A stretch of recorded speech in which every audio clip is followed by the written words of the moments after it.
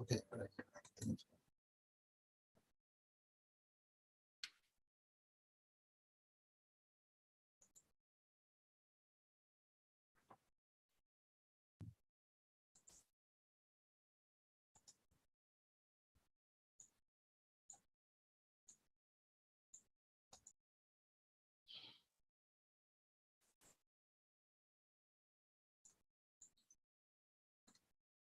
Hari Om. Welcome everybody to this session 7 of the online Srimad Bhagavad-Gita Parayan and Satsang for 2022. So this on this auspicious day of today is the Pradosham as well as Shani Pradosham, and yesterday was Ekadashi, and today is a beautiful day. So let's all get to commence with the Bhagavad-Gita Parayan as well as Satsang for today. And today, the guest of honor for today is Sagar Tharan. He is the chairperson of Amarteshwari Society, Singapore, and we're very glad to have him. He's been a very, very long time, at least maybe like 15-20 years at least, supporter of Bhagavad-Gita and our long-term friend. So very glad to have you, Sagarji. And also today's session, our speaker for today is Rajesh Anand. He's a disciple of Swami Mukundanandaji, and also from a devotion, a bhakti perspective. So there will be also a very beautiful talk. So let's all enjoy the session for today. So without much ado, let's get started with the session. So now initially we will have the invocations, and after that we have the welcome address by our guest of honor for today. So over to Padmini ji for the invocations. Oh.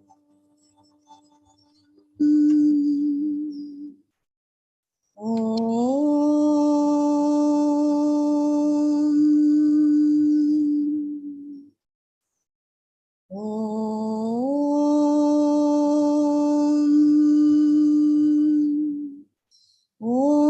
Sahana bhavatu, sahano bhunaktu, sahaviryam karavavahai, tejasvinavadhitamastu, ma vidvishavahai. Om Shanti Shanti Shanti. Shuklam Varadharam Vishnum Shashivarnam Chaturbhujam Prasannavadanam Dhyaye Sarva Vignopashantaye Saraswati Namastubhyam Varate Kamarupini Vidyarambham Karishyami Siddhir Bhavatu Me Sada Sarva Mangala Mangalye Shive Sarvartha Sadhike Sharanye Trambake Gauri Narayani Namostute Vasudeva Sutam Devam Kamsachanora Mardanam Devaki Paramanandam Krishnam Vande Jagadgurum. Thank you so much, Padmini, for that beautiful chanting of the invocation verses. Now we will have the welcome address for today by Sagarji. So let me just first show Sagar on the screen, and after that I'll present his PPT for today.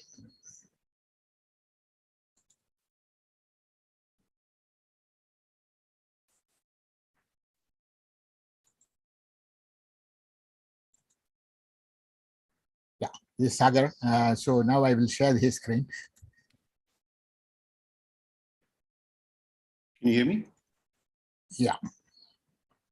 Okay, Sagarji, your screen is already, your PPT is on screen. Okay, thank you. All right. Before we start, let me make a quick prayer. Yeah. Om Parthaya Pradibodhidam Bhagavatam Narayana Swayam Vyasena Grahidam Purana Muninam Bhakti Mahabharatam Advaitam Rudavarshinim Bhagavadim Ashtadhyashadhyayinim Amba Tvam Anusandhadami Bhagavad-Gita Bhavatveshini. Hari Om. My humble prostrations and salutations to all those gathered here. On behalf of the Amriteshwari Society, I would like to thank all the organizers for giving me the opportunity to say a few words for the second time. In my previous introduction last year, I ended my talk with a quote from our beloved Amma, Sri Mata Amritanandamayi, and her thoughts on Bhagavad-Gita. Amma said that the master and his words are not two. Similarly, the Lord and Gita are not different. Gita is a commentary on the life of the Lord, and the Lord's life is a living commentary on the Gita. The Lord's life was like a cool breeze that carried and awakened each and every one. And the Bhagavad-Gita is the wish-fulfilling kalpagatri that bestows all the wishes and shelters everyone from the scorching heat of the worldly existence. Amma says, the purpose of learning Gita is to become Sri Krishna. A year ago, the world was going through an unprecedented tsunami that our generation has never witnessed. The pandemic caused fear and anxiety to many, and our hearts go out to the many who had lost their loved ones. Now we are exiting this period, and the world is moving on. There are hardly any restrictions, and soon we may forget that nightmarish episode in our lives. I had mentioned that our members were extremely fortunate that Amma gave us an opportunity to partake in a daily live streaming sadhana with Amma during those trying periods. She was our anchor as we waited for the program each day. Incidentally, we still wait for her every day. Amma would guide us through her meditation, peace prayers, bhajans, and satsangs. Incidentally, this streaming is still going on today. And we just do not know when it will stop. We are so grateful. Amma started the question and answer sessions on Gita and focused on chapter 7, verse 14. This was the verse that I presented in my previous session. Daivi he shigunamayi mama maya duratyaya mam eva ye prapadanthe maya metam tarantide. Basically, it meant my divine energy, Maya, consisting of the three modes of nature, is very difficult to overcome. But those who surrender unto me cross over it easily. Amma had sought clarification on the scriptic nature of Maya and why Lord Krishna called Maya divine. After many months of lively discussion, Amma next chose the 33rd verse of the 11th chapter of Bhagavad-Gita as the next topic. Tasmat tvamuttishta yasho labhasva jitva shatrum vungshvarajam samriddham maye vete nihita purvameva nimittamatram bhavasavyasachin. The meanings are presented. It's quite straightforward. It basically is, Lord Krishna was basically telling Lord Arjuna to arise, stand up, gain honor, conquer your foes, and enjoy the prosperous rulership, that the warriors have already been killed. You just have to do your job as an instrument of my work. You are the expert archer, Savyasachin. So basically saying, I've done all the work. You just have to do your duty, just be an instrument. In other words, we should remain humble, do the Lord's task as an instrument. On further contemplation, you begin to wonder why Amma chose a topic on Maya initially and the delusionary effect it has on us, followed by another verse on how we should be an instrument in the Lord's hands. Amma was basically advising us that the world is an interplay between Maya and the ego, where we often get deluded by seeking praise, where we say, I did this and I did that, we did this, etc. Never-ending litany of self-praise. We should rather learn to be the instruments of the Lord's plan and not get caught up with all these delusions. Though it is a difficult task, Amma also advises us. This is the next slide. There's a huge gap between theory and experience. These are words. One has to become that experience. One has to blossom and become the flower, not just call it a flower. Amma says in today's world, we see that people learning the scriptures just to show off their intellect. Amma says it is not interpreting the scriptures that is important, but how we react when we are put in a difficult situation. How we should have equanimity in the face of adversity and to forgive and so on. Amma goes on and says that the right knowledge is the awareness befitting each specific situation. Amma says that if we have the right knowledge, that if we touch a life, we will get an electric shock. This is the awareness that prevents us from touching the life wire. Another example of awareness is the knowledge that touching fire will burn. This type of knowledge enables us to do action with awareness and with the eyes truly seeing the action.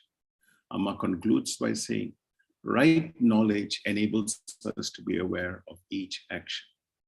The Bhagavad-Gita helps us attain the right knowledge, and Amma wants us to reflect on the profound teachings of the Gita so that we can learn and adapt and be that experience in the hands of the Almighty. She concludes by saying that we should make Gita part of our life. Thanks again for your patience and the opportunity for me to say a few words. If there's anything we can do as a community to spread the message of Gita, do let us know. Let us pray that the divine nectar called Bhagavad-Gita continues to bless us and all of humanity at all times. May it shine forth as the living presence of the Lord. I would like to offer these words as my humble offering at his lotus feet. Om Ishwara. Thank you. Thank you so much, Sagar, for those beautiful words. As usual, Amma is a living Bhagavad Gita itself. So it is not at all surprising that she gave such beautiful commentary on that. And to focus on the fact that it is not enough to understand or read the Bhagavad Gita, but also practice it and live it. I think that is what this Sagar was saying. Right, Sagarji? So important point is that we must actually practice and live the Bhagavad Gita, like what Amma is doing, and also several of the great Mahatmas are doing. So that is the way that we have to do. But for that, the first step is actually to learn the Bhagavad Gita, and then practice it. So both should go hand in hand. So thank you once again for that, for those beautiful words. Thank you, Sagar. So now we get back to our session. So hope you'll be around. So today we have a beautiful talk by Rajiriji. So you can listen to that also after that. Okay, now we get back to our.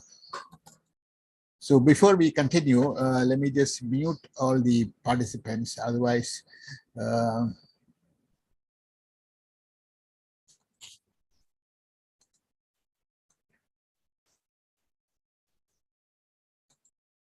So now all the co-hosts will be able to unmute yourself. All others will not be able to unmute. We will enable the unmuting at the end of the session so that people can actually ask questions or have a discussion. Okay, thank you again, Sagarji, and we will get back to the Gita Dhyanam by Padmaniji. Om Shri Paramatmane Namaha.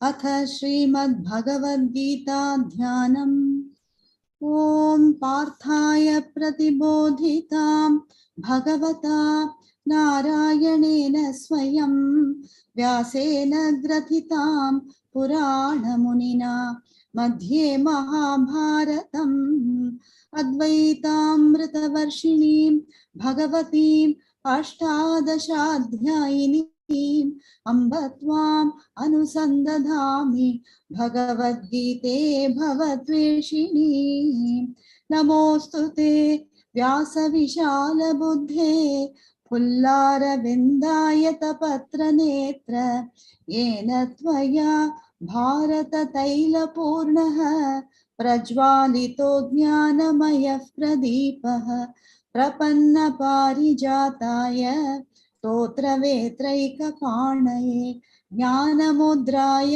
कृष्णाय गीतामृतदुहे नमः। सर्वोपनिषदो गावो दोग्धा गोपालनन्दनः पार्थो वत्सः सुधीर्भोक्ता दुग्धं गीतामृतं महत्। वसुदेवसुतं देवं कंसचाणूरमर्दनं देवकी परमानन्दं कृष्णं वन्दे जगद्गुरुं भीष्मद्रोणतटा जयद्रथजना गान्धारनीलोत्पला शल्यग्राहवती कृपेण वहनी कर्णेन वेलाकुला अश्वत्थामविकर्णघोरमकरा दुर्योधनावर्तिनी सोत्तीर्णा खलु पाण्डवैरणनदी कैवर्तकः केशवः पाराशर्यवचः सरोजममलं गीतार्थगन्धोत्कटं नानाख्यानककेसरं हरिकथा सम्बोधनाबोधितं लोके सज्जन षट्पदैरहरः पेपीयमानं मुदा भूयाद् भारत पंकजं कलिमल प्रध्वंसि न श्रेयसे मूकं करोति वाचालं पंगुं लंघयते गिरिं यत्कृपातमहं वन्दे परमानन्दमाधवं यं ब्रह्मा वरुणेन्द्र रुद्रमरुतः स्तुन्वन्ति दिव्यैस्तवैः वेदैः साङ्गपदक्रमोपनिषदैः गायन्ति यं सामगाः ध्यानावस्थिततद्गतेन मनसा पश्यन्ति यं योगिनः यस्यान्तं न विदुः सुरासुरगणाः देवाय तस्मै नमः. So thank you, Padmini, for the beautiful invocation of Bhagavad-Gita, the Gita Dhyana. And now we get into the actual Parayan of the portions for today. Today we will be covering almost the full of chapter 6, basically starting from where we sort of ended last week. Last session we ended at verse 12, but today we are actually rewinding back by two verses, basically to give the whole concept clear, so that because we want to have focus on the concept. So we'll be starting with verse 10 to 47 till the end of the chapter. So this is actually, please pay attention to all the meanings of the verses that are given in each slide, so that we also understand what is being chanted, because understanding is the first step towards chanting. The first step, next is understanding, then actually practicing. So this is how we must actually go. So let us get started. Padmini and Lakshmi. योगी युञ्जीत सततम्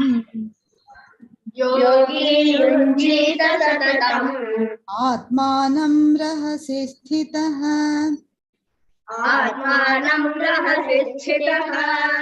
एकाकीयत चित्तात्मा निराशीर परिग्रहः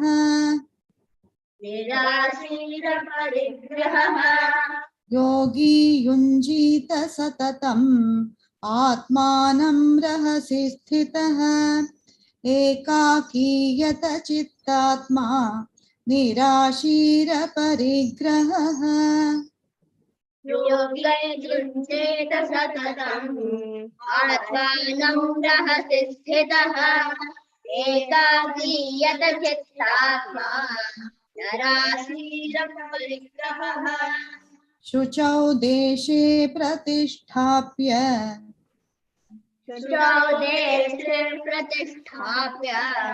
स्थिरमासनमात्मनः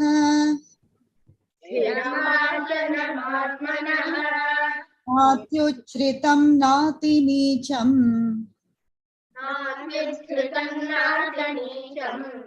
शैलाजिनकुशोत्तरम्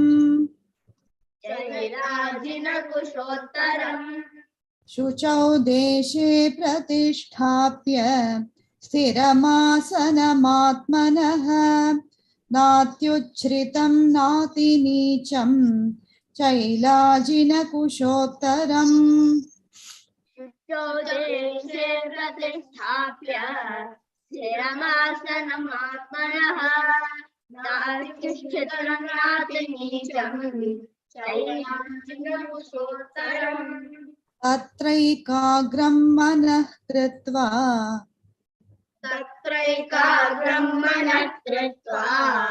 यतचित्तेन्द्रियक्रियः यतचित्तेन्द्रियक्रियः उपविश्यासने युञ्ज्यात् उपविश्यासने युञ्ज्यात् योगमात्मविशुद्धये योगमात्मविशुद्धये तत्रैकाग्रं मनः कृत्वा यतचित्तेन्द्रियक्रियः उपविश्यासने युञ्ज्यात् योगमात्मविशुद्धये तत्रैकाग्रं मनः कृत्वा यतचित्तेन्द्रियक्रियः उपविश्यासने युञ्ज्यात् योगमात्मविशुद्धये समं कायशिरो ग्रीवम् समङ्गाय शिरोग्रीवम् धारयन्नचलं स्थिरः धारयन्नचलं स्थिरः सम्प्रेक्ष्य नासिकाग्रं स्वम् सम्प्रेक्ष्य नासिकाग्रं स्वम् दिशश्चानवलोकयन् दिशश्चानवलोकयन् समं कायशिरो ग्रीवं धारयन्नचलं स्थिरः सम्प्रेक्ष्य नासिकाग्रं स्वं दिशश्चानवलोकयन् समङ्गाय शिरोग्रीवम् धारयन्नचलं स्थिरः सम्प्रेक्ष्य नासिकाग्रं स्वम् दिशश्चानवलोकयन्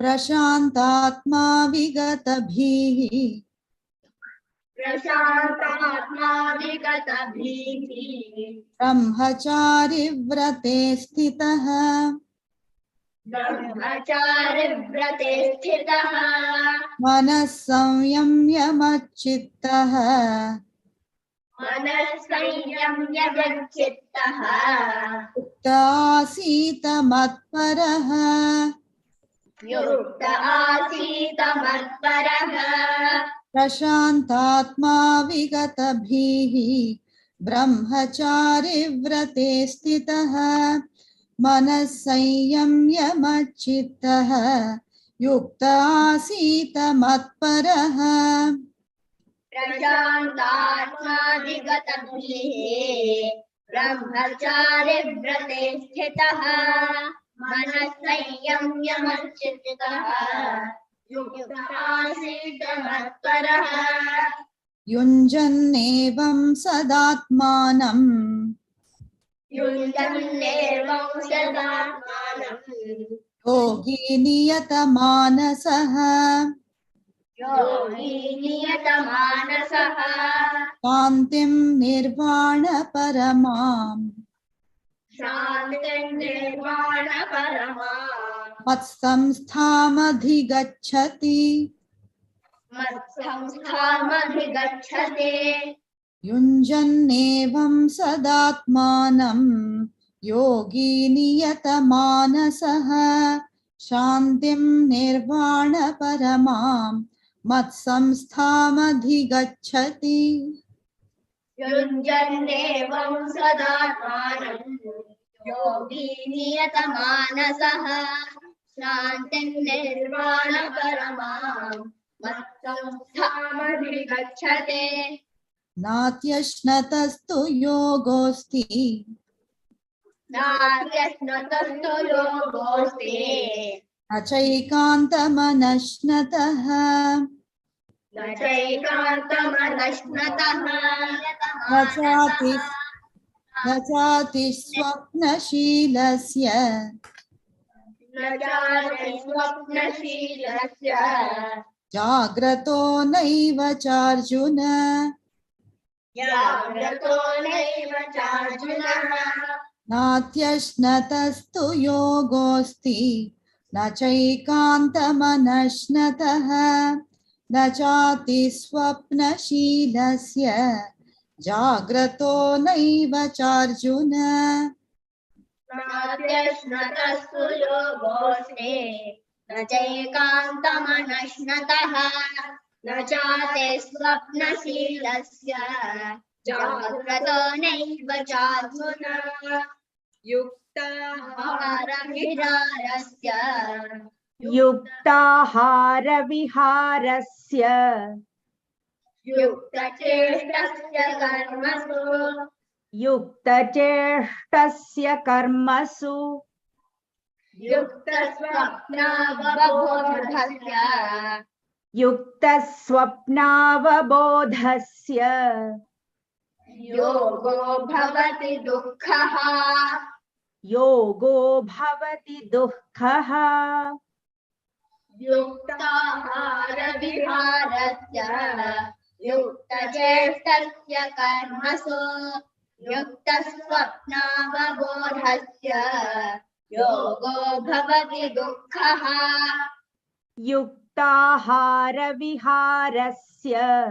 युक्तचेष्टस्य कर्मसु युक्तस्वप्नावबोधस्य योगो भवति दुःखः यदा विनियतं चित्तम् यदा विनियतं चित्तम् आत्मन्येवावतिष्ठते आत्मन्येवावतिष्ठते निःस्पृहः सर्वकामेभ्यः निःस्पृहः सर्वकामेभ्यः युक्त इत्युच्यते तदा युक्त इत्युच्यते तदा यदा विनियतं चित्तम् आत्मन्येवावतिष्ठते निःस्पृहः सर्वकामेभ्यः युक्त इत्युच्यते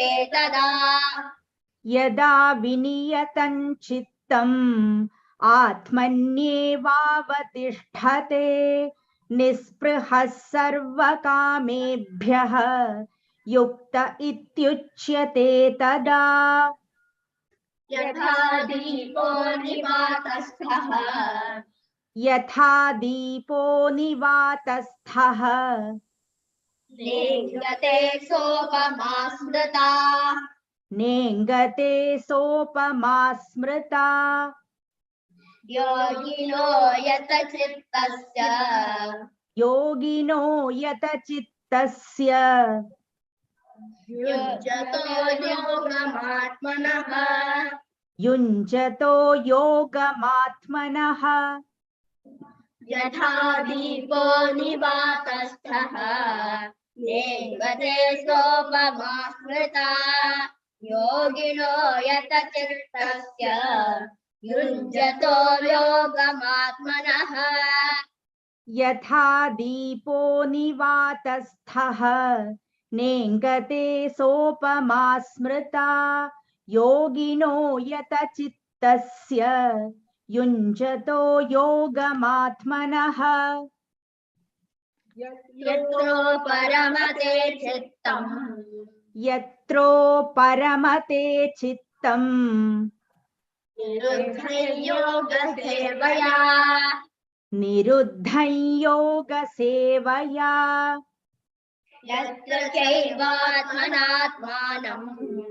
यत्र चैवात्मनात्मानं पश्यन्नात्मनि तुष्यते पश्यन्नात्मनि तुष्यति यत्रो परमते चित्तम् निरुद्धं योगसेवया यत्र चैवात्मनात्मानं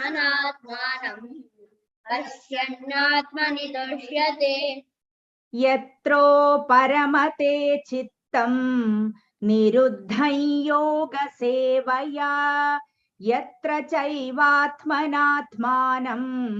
पश्यन्नात्मनि तुष्यति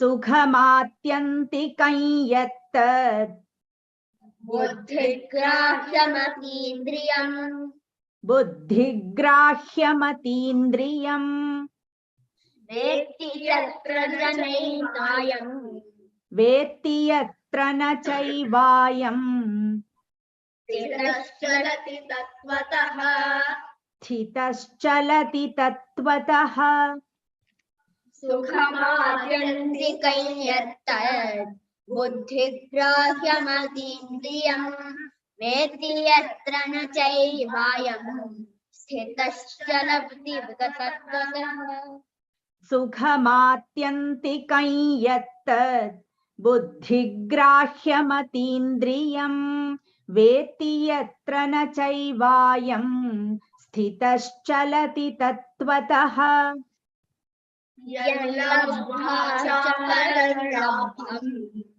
यल्लब्ध्वा चापरं लाभं मन्यते नाधिकं ततः मन्यते नाधिकं ततः यस्मिन् स्थितो न दुःखेन यस्मिन् स्थितो न दुःखेन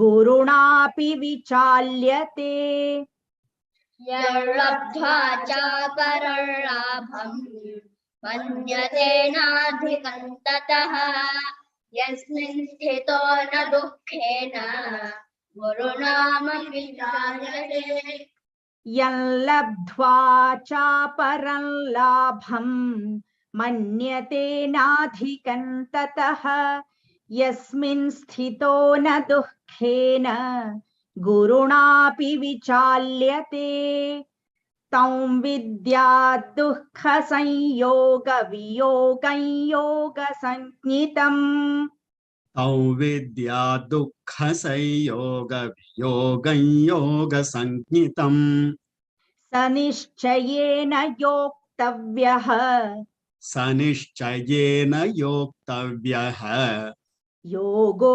निर्विण्णचेतसा योगो निर्विण्णचेतसा तं विद्या दुःखसंयोग वियोगं योगसंज्ञितम् स निश्चयेन योक्तव्यः योगो निर्विण्णचेतसा तं विद्या दुःखसंयोग वियोगं योगसंज्ञितम् स निश्चयेन योक्तव्यः योगो निर्विण्णचेतसा संकल्प प्रभवान् कामान् संकल्पप्रभवान् कामान् त्यक्त्वा सर्वान् शेषतः त्यक्त्वा सर्वान् शेषतः मनसैवेन्द्रियग्रामम्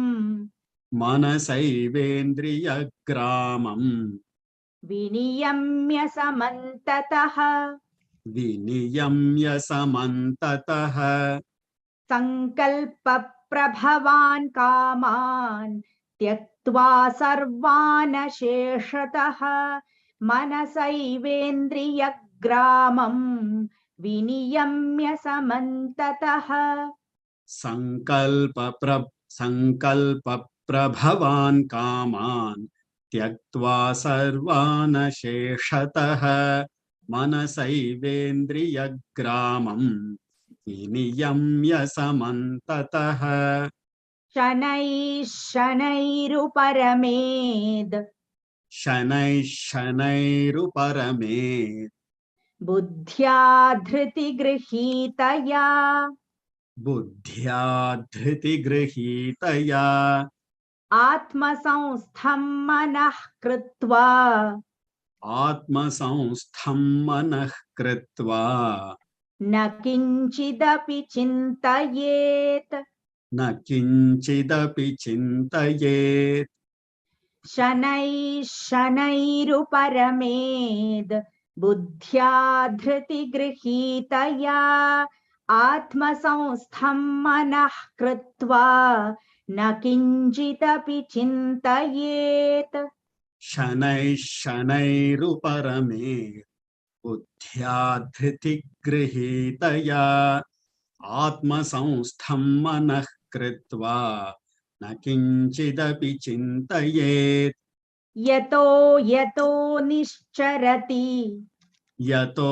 यतो निश्चरति मनश्चञ्चलमस्थिरम् मनश्चञ्चलमस्थिरम् ततस्ततो नियम्यैतद् ततस्ततो नियम्यैतत् आत्मन्येव वशन्नयेत् आत्मन्येव वशन्नयेत् यतो यतो निश्चरति मनश्चञ्चलमस्थिरम् ततस्ततो नियम्यैतद् आत्मन्येव वशन्नयेत् यतो यतो निश्चरति मनश्चञ्चलमस्थिरम् ततस्ततो नियम्यैतत् आत्मन्येव वशन्नयेत् प्रशान्तमनसंह्येनम् प्रशान्तमनसंह्येनम् योगिनौ सुखमुत्तमम् योगिनौ सुखमुत्तमम् उपैति शान्तरजसम् उपैति शान्तरजसम् ब्रह्मभूतमकल्मषम् ब्रह्मभूतमकल्मषम् प्रशान्तमनसंह्येनम् योगिनौ सुखमुत्तमम् उपैति शान्तरजसम् ब्रह्मभूतमकल्मषम् प्रशान्तमनसंह्येनम् योगिनौ सुखमुत्तमम् उपैति शान्तरजसम् ब्रह्मभूतमकल्मषम् युञ्जन्नेवं सदात्मानम्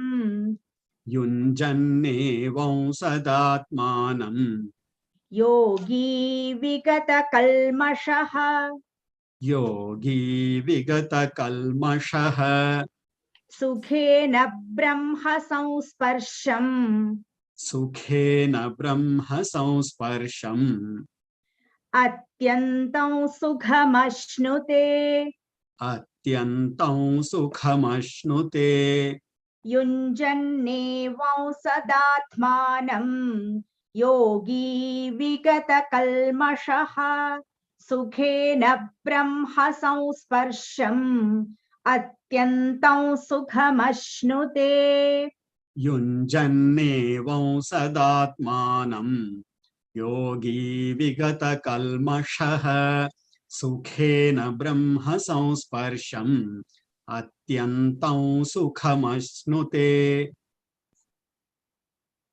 सर्वभूतस्थमात्मानम् सर्वभूतस्थमात्मानं सर्वभूतानि चात्मनि सर्वभूतानि चात्मनि ईक्षते योगयुक्तात्मा ईक्षते योगयुक्तात्मा सर्वत्र समदर्शनः सर्वत्र समदर्शनः सर्वभूतस्थमात्मानं सर्वभूतानि चात्मनि ईक्षते योगयुक्तात्मा सर्वत्र समदर्शनः सर्वभूतस्थमात्मानं सर्वभूतानि चात्मनि ईक्षते योगयुक्तात्मा सर्वत्र समदर्शनः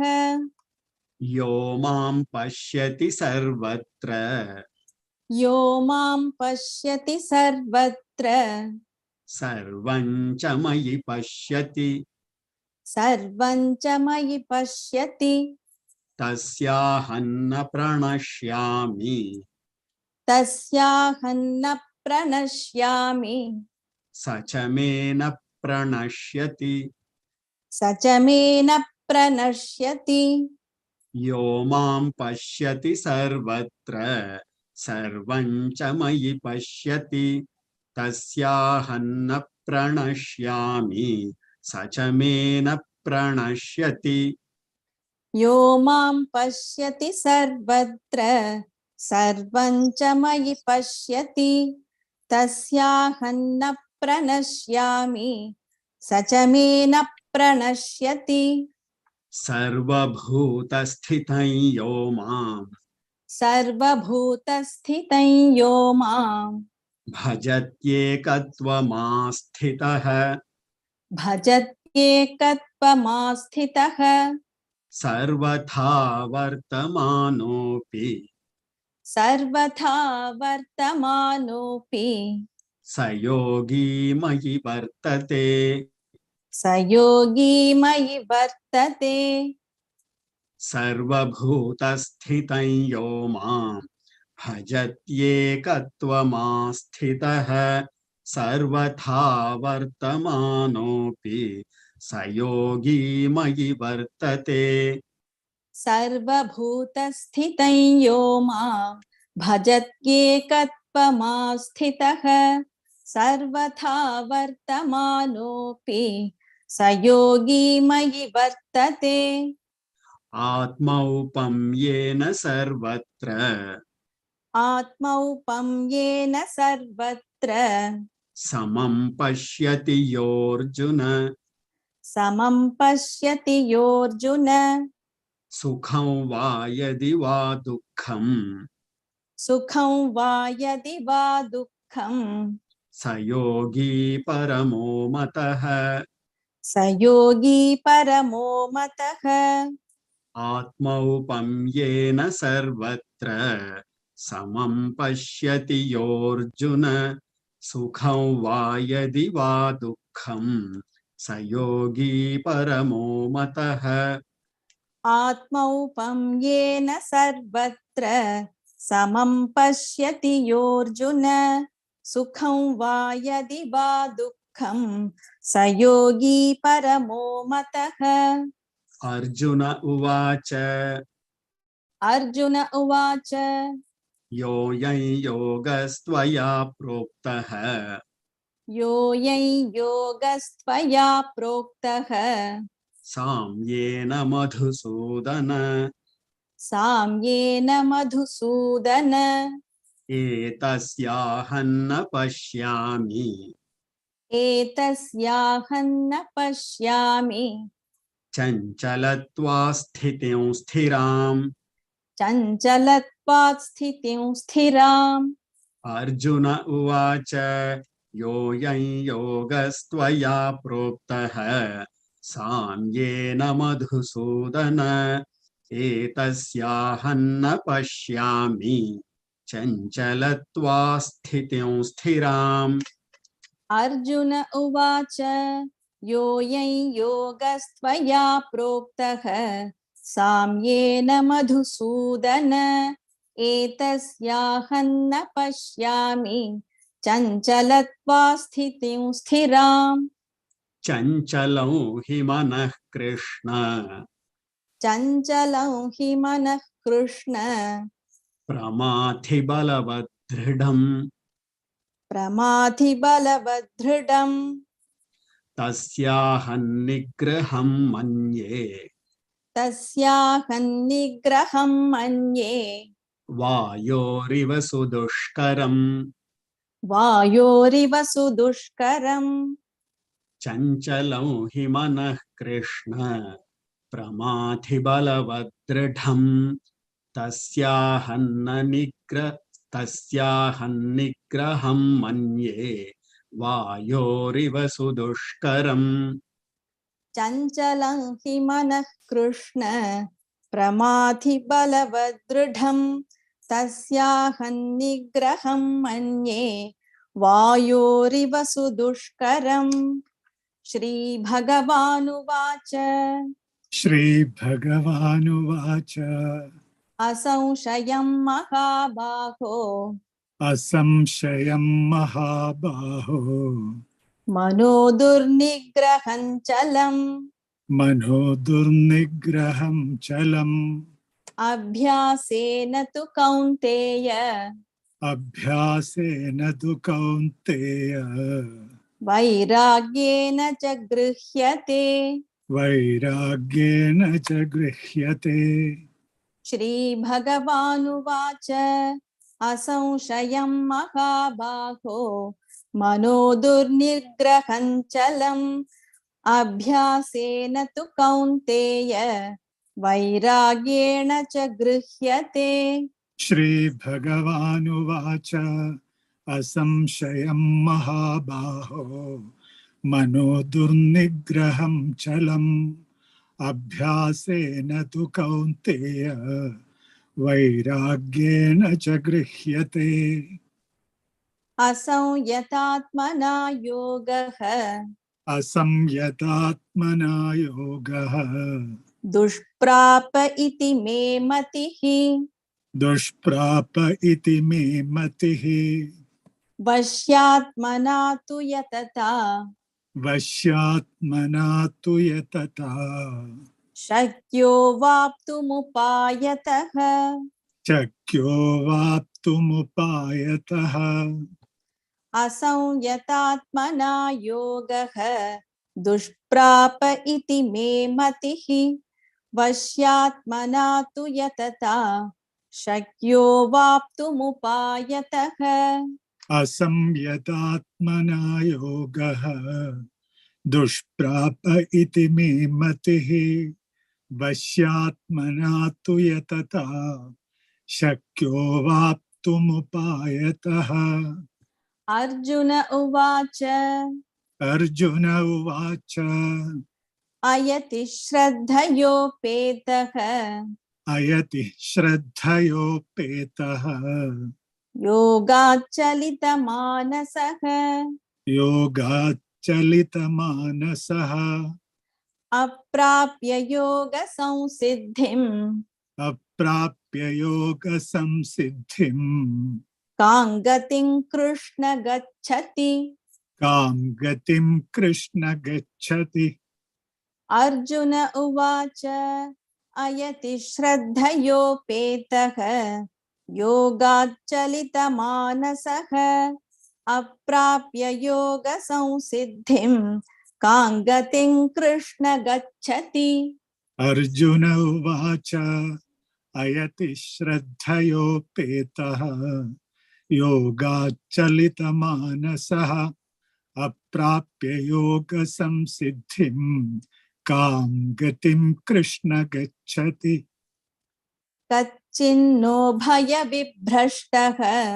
कच्छिन्नो भयविभ्रष्टः छिन्नाभ्रमिव नश्यति छिन्नाभ्रमिव नश्यति अप्रतिष्ठो महाबाहो अप्रतिष्ठो महाबाहो विमूढो ब्रह्मणः पथि विमूढो ब्रह्मणः पथि कच्चिन्नो भयविभ्रष्टः छिन्नाभ्रमिव नश्यति अप्रतिष्ठो महाबाहो विमूढो ब्रह्मणः पथि कच्छिन्नो भयविभ्रष्टः छिन्नाभ्रमिव नश्यति अप्रतिष्ठो महाबाहो विमूढो ब्रह्मणः पथि एतन्मे संशयं कृष्ण एतन्मे संशयं कृष्ण छेतुमर्हस्य शेषतः छेतुमर्हस्य शेषतः त्वदन्यः संशयस्यास्य त्वदन्यः संशयस्यास्य छेता न ह्युपपद्यते चेता न ह्युपपद्यते एतन्मे संशयं कृष्ण छेतुमर्हस्य शेषतः त्वदन्यः संशयस्यास्य छेता न ह्युपपद्यते एतन्मे संशयं कृष्ण छेतुमर्हस्य शेषतः तदन्यः संशयस्यास्य छेता न ह्युपपद्यते श्रीभगवानुवाच श्रीभगवानुवाच पार्थ नैवेह नामुत्र पार्थ नैवेह नामुत्र विनाशस्तस्य विद्यते विनाशस्तस्य विद्यते न हि कल्याणकृत् कश्चित् न हि कल्याणकृत् कश्चित् दुर्गतिं तात गच्छति दुर्गतिं तादगच्छति श्रीभगवानुवाच पार्थ नैवेह नामुत्र विनाशस्तस्य विद्यते न हि कल्याणकृत् कश्चित् दुर्गतिं तात गच्छति। श्री भगवानुवाच पार्थ नैवेह नामुत्र विनाशस्तस्य विद्यते न हि कल्याणकृत् कश्चित् दुर्गतिं तादगच्छति। प्राप्य पुण्यकृतां लोकान् उषित्वा शाश्वती समाः शुचीनां श्रीमतां गेहे योगभ्रष्टोऽभिजायते प्राप्य पुण्यकृतां लोकान् उषित्वा शाश्वती समाः शुचीनां श्रीमतां गेहे योगभ्रष्टोऽभिजायते। प्राप्य पुण्यकृतां लोकान् उषित्वा शाश्वती समाः शुचीनां श्रीमतां गेहे योगभ्रष्टोऽभिजायते। अथवा योगिनामेव कुले भवति धीमताम् एतद्धि दुर्लभतरम् लोके जन्म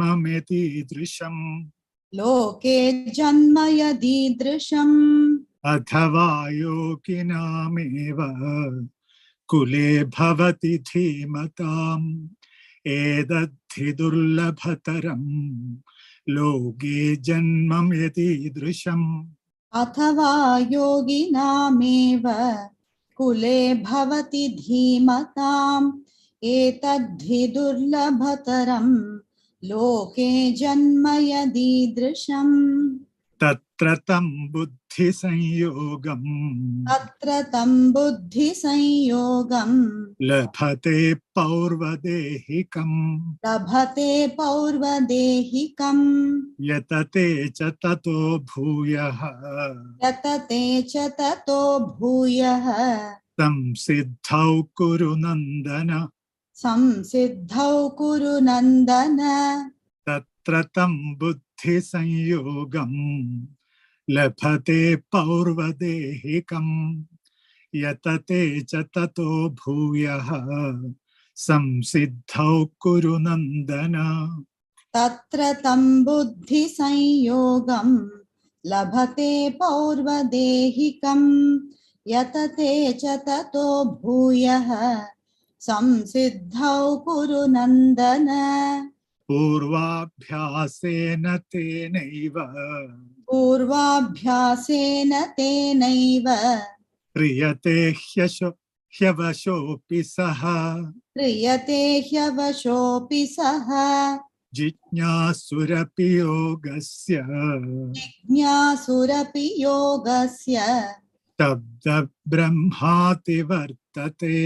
शब्दब्रह्माति वर्तते पूर्वाभ्यासेन तेनैव क्रियते ह्यवशोऽपि सः जिज्ञासुरपि योगस्य शब्दब्रह्माति वर्तते। पूर्वाभ्यासेन तेनैव क्रियते ह्यवशोऽपि सः जिज्ञासुरपि योगस्य शब्दब्रह्माति वर्तते। प्रयत्नाद्यतमानस्तु योगी संशुद्ध किल्बिषः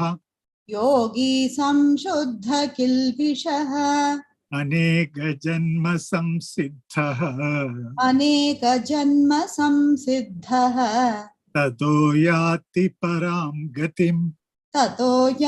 परां गतिम् प्रयत्नाद्यतमानस्तु योगी संशुद्ध किल्बिषः Anega janma samsiddha tato yati param gatim. प्रयत्नाद्यतमानस्तु योगी संशुद्ध किल्बिषः अनेक जन्म संसिद्धः ततो याति परांगतिम् Tapasibhyotiko yogi तपस्विभ्योऽधिको योगी jnanibhyopi matodhikaha ज्ञानिभ्योऽपि मतोऽधिकः karmibhyaschathiko yogi कर्मिभ्यश्चाधिको योगी tasmad yogi bhavarjuna. तस्माद्योगी भवार्जुन Tapasibhyotiko yogi jnanibhyopi matodhikaha karmibhyaschathiko yogi tasmad yogi bhavarjuna.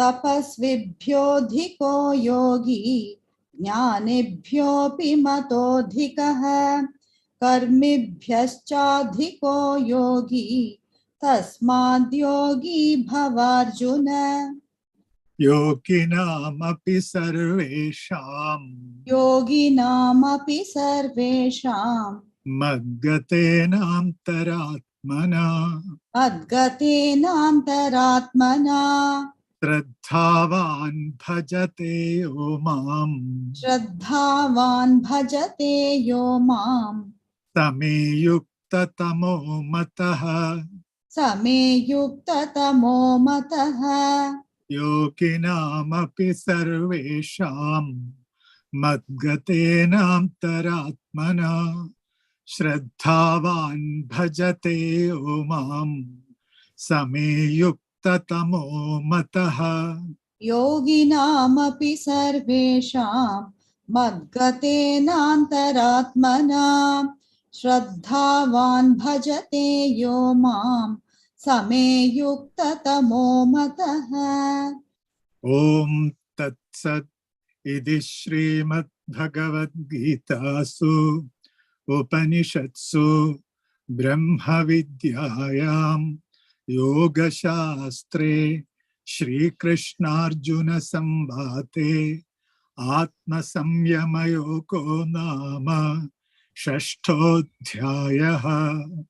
वसुदेवसुतं देवं कंसचाणूरमर्दनं देवकी परमानन्दं कृष्णं वन्दे जगद्गुरुम्।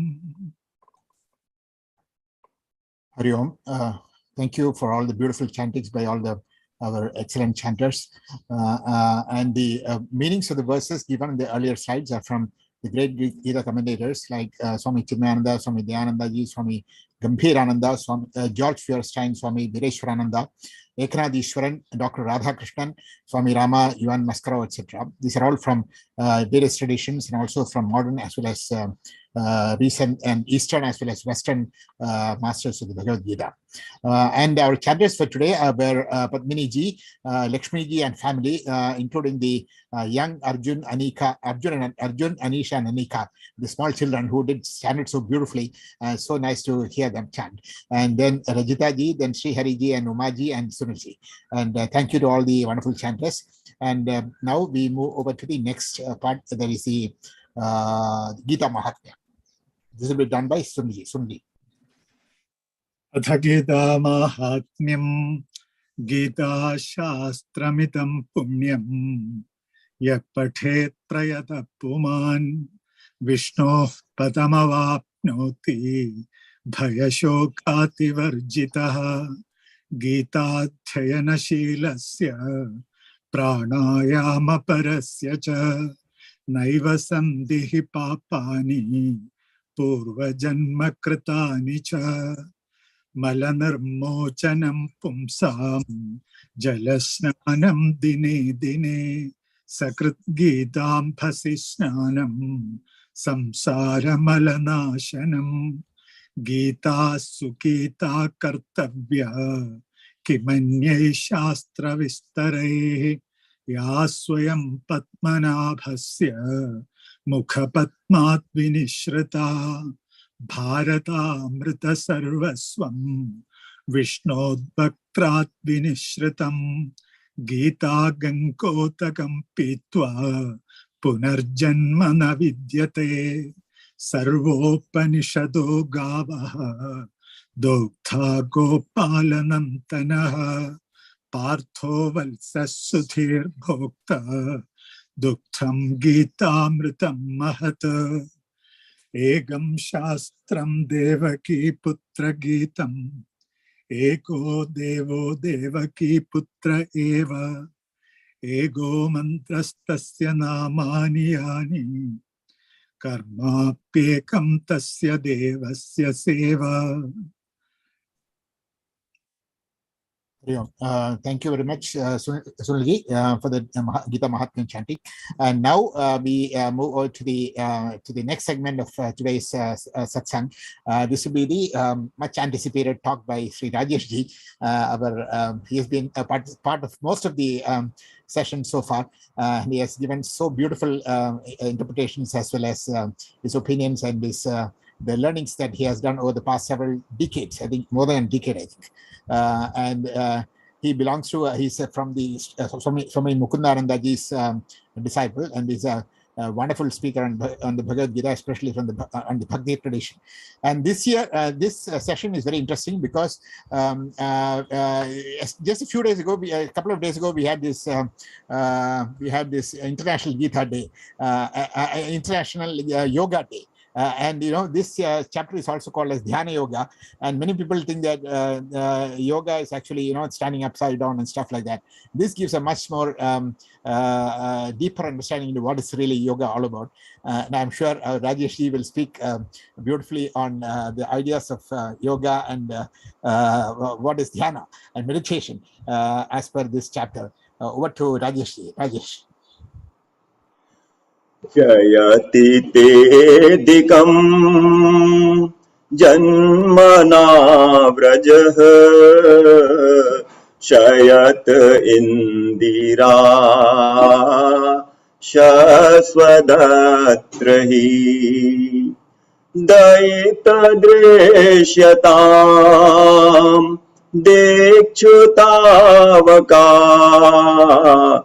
त्वयि धृताशवश त्वां विचिन्वते न खलु गोपिका नन्दनो भवा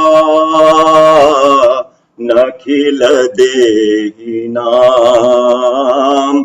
अन्तरात्मदृक् विखन सार्थितो विश्वगुप्तये सखौ देवान्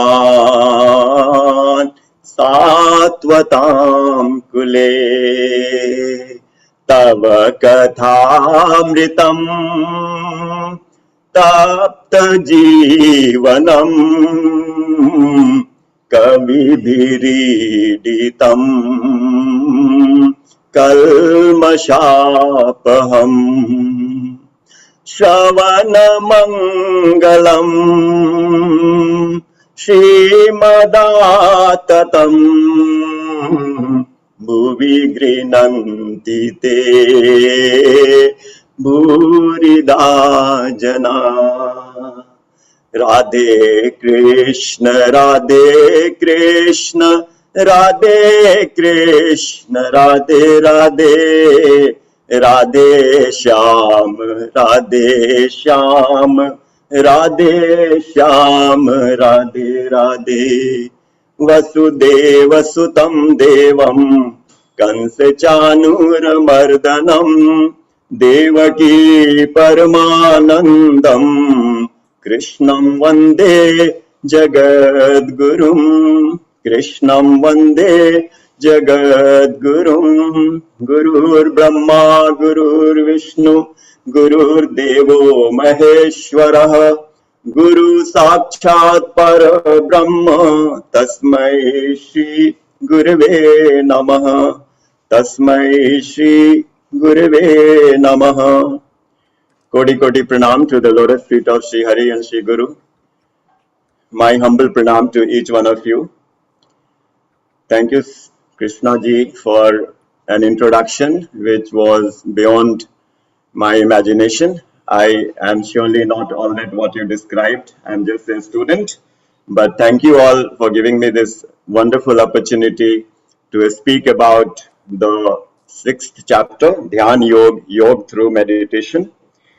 And I'm so much looking forward to share whatever little I have learned from my Gurudev, Sri Kripaluji Maharaj, from his lotus feet, which I never thought I deserved, and also through his most adorable disciple, Swami Mukundananji, and IIT, IIM alumnus, a modern person with such spiritual affiliations. He has been preaching for the last 40 years in India and abroad.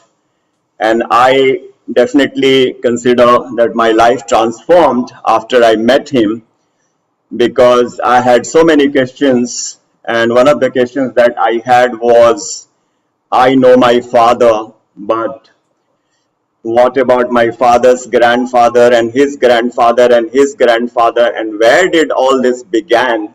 And I couldn't get an answer. Neither my engineering books or any books on physics could quench my learning about our origin.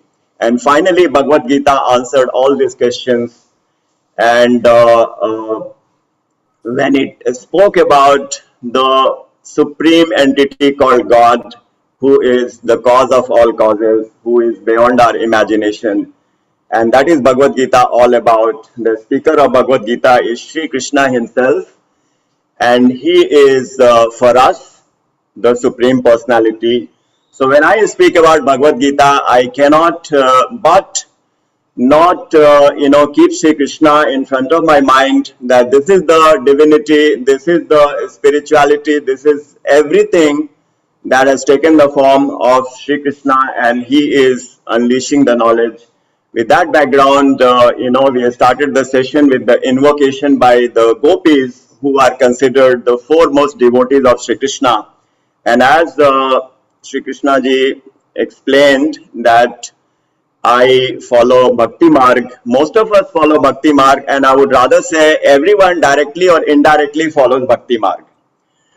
And Bhakti Marg is what is prescribed in every religion. And I often say that Bhagavad-Gita ends with the cardinal knowledge, chapter 18, Shloka 66, Sarva Dharman Parityajya Mamekam Sharanam Braja. Aham Tvam Sarva Papebhyo Mokshishyami Mashucha. So what is Sri Krishna conveying at the end of Bhagavad-Gita? Discard all the religiosity, just come to me and surrender to me. And we can question Sri Krishna. You spoke about Sankhya Yoga, you spoke about Buddhi Yoga, you spoke about Dhyan Yoga, you spoke about Sannyas, you spoke about Ashtanga Yoga, and now you are telling discard everything and surrender to me. So that is the beauty of Bhagavad Gita. It is so mysterious. When Sri Krishna is telling discard all the ritualistic karma, kand, dharma, he is not demeaning those pursuits, but he is suggesting to us there is a far more simpler route, that is to surrender to the divine entity. And that divine entity, Arjun, is standing before you. So if you surrender to me, Sarva Dharman Parityajya Mamekam Sharanam Braja, and come to my shelter, all other dharmas you would have taken care of. It is not that you are not carrying out what is prescribed. Everything is automatically executed when you take the shelter of the highest dharma, which is the bhakti dharma, which is the surrender to God. And in one of my previous sessions, we discussed that what is the meaning of surrender. So there is a beautiful explanation that the surrender means to desire in accordance with God's desire. There are 6 conditions of surrender, very beautifully described in Bhakti Rasamrit Sindhu, in Sri Ramanuja's teachings, in Ahir Buddha's Upanishad, etc., which says the first condition is desire in accordance with God's desire. Anukulasya sankalpah pratikulashya varjanam rakshasi iti te vishwaso goptritve varanam tatha atmnikshepakarpanya shadvidha sharanagati. So there are 6 conditions of surrender. The first condition is desire in accordance with God's desire. The second condition is do not desire what is not in accordance with God's desire. The third condition is always be in the thought that the Lord is protecting you. He is with you and He is protecting you. The fourth condition is whatever possessions you have, it all belongs to God. The fifth condition is whatever is happening in our life, see the grace of God in those happenings. Whether it is adversarial or whether it is favorable, the hand of God is always there. And the sixth condition is we fulfill all these 5 conditions and we don't have the pride that we are fulfilling these conditions. That is the sixth condition, Shadvidha Sharanagati. So with this background, let us understand what I am trying to explain, the Bhakti Marg, that how devotion is the answer to all our pursuits in spirituality, and how devotion is the prescription in other religions also. The Holy Bible says, thou shalt love thy God with all thy heart, with all thy might, with all thy soul. The Holy Quran says, Ma khalaqtal inswa jin illa la abdun. God made insan, the humans, so that the humans can do ibadat, worship of the Lord. Lord Buddha said, Buddham Sharanam Gacchami, Dhammam Sharanam Gacchami, Sangham Sharanam Gacchami. Come to the shelter of Buddha. So shelter, Sharanagati, surrender, Prapatti, these are the essence of Bhagavad Gita. So in one word, the entire Bhagavad Gita, if it has to be explained, the shloka is chapter 8, shloka number 7. Tasmat sarveshu kaleshu ma manusmar yudhyacha mai arpit mano buddhir yom mame vaishashya sanshaya. And this is so amazing that the entire knowledge of Bhagavad Gita can be condensed in one shloka. Tasmat sarveshu kaleshu ma manusmar yudhyacha. O Arjun, do your duties with the best of your ability, with the best of your potential, but do not forget me even for a moment. Keep me in the remembrance. Tasmat sarveshu kalesu. In all times, keep me in mind and do your work. And when we apply this philosophy in our day-to-day life, this really works, because all we have to do is to feel the presence of Sri Krishna with us 24 hours a day, 365 days in a year. And that means we are pursuing Bhagavad Gita in entirety. And Sri Krishna is telling this time and again in Bhagavad Gita. Aham Atma Gudakesha Sarvabhutaya Sthitah Aham Adhihi Madhyam Cha Bhutana Mante Eva Cha. Chapter 10, Shloka 20. I am seated in your heart. I am the middle, I am the end, and I am the start of everything. Chapter 15, Shloka 15. Sarvasya chaham hriti sannivishto matta smritir gyan apohanam cha vedaishya sarvair ahmeva vedyo vedantid ved videva cha. I am seated in your heart, O Arjun. I am the memory, I am the remembrance, I am the forgetfulness. I am the purpose of knowing Veda.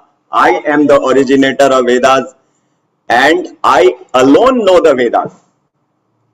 In chapter 18, Shloka 61, he says, Ishwara sarvabhutanam hiddeshe Arjun tishtati brahmayan sarvabhutani yantrarudhani mayaya. Why is Shri Krishna telling that I am seated in your heart all the time?